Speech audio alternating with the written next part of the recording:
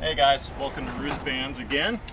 This build's a little unique. It's on a 23 Transit Trail, but what makes it unique and what makes Roost Vans unique is that he's doing a lot of his own stuff.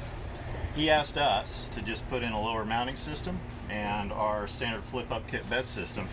He went ahead and put in his own floor, and as you can see, he's doing some custom framing stuff for his own project. But we came in and did some insulation work for him, as well as put in our lower mounting system only to mount our Transit Phuket bed system. This is a 3-panel bed system, as well as our mattress. Now, he put flip-up kits on this Phuket bed system on both the front as well as the back. Just like the front panel flipping up, the rear panel flips up too, giving you plenty of room to access your entire garage and get to everything you need. So check us out at roostvans.com. You can order product online DIY, just as you're seeing here, or we can install the product for you in our Portland, Oregon shop.